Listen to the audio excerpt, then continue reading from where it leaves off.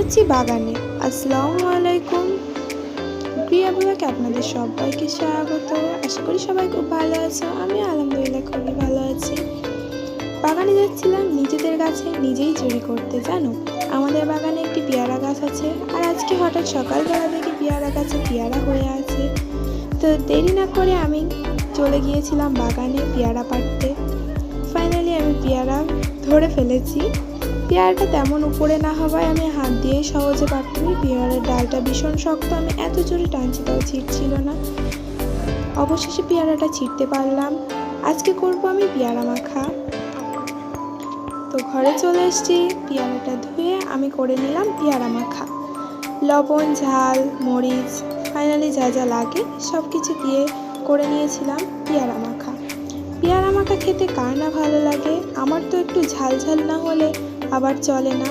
পেয়ারা মাখা ঝাল না হলে ভালোই লাগে না।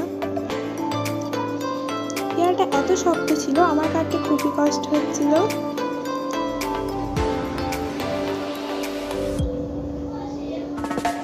দেখো, পেয়ারাগুলো দেখতে কত লোভনীয় লাগছে, তাই না?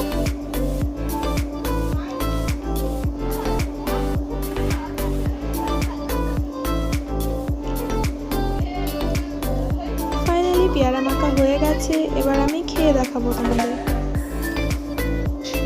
দেখো, পেয়ারাটা দেখতে কত সুন্দর লাগছে আর কত টেস্টি। পেয়ারাটা না একটু শক্ত ডাসা ডাসা পেয়ারা হলে না খেতে খুব ভালো লাগে। তো আজকের মতো এইটুকুই, দেখা হচ্ছে নেক্সট ব্লগে। Good bye.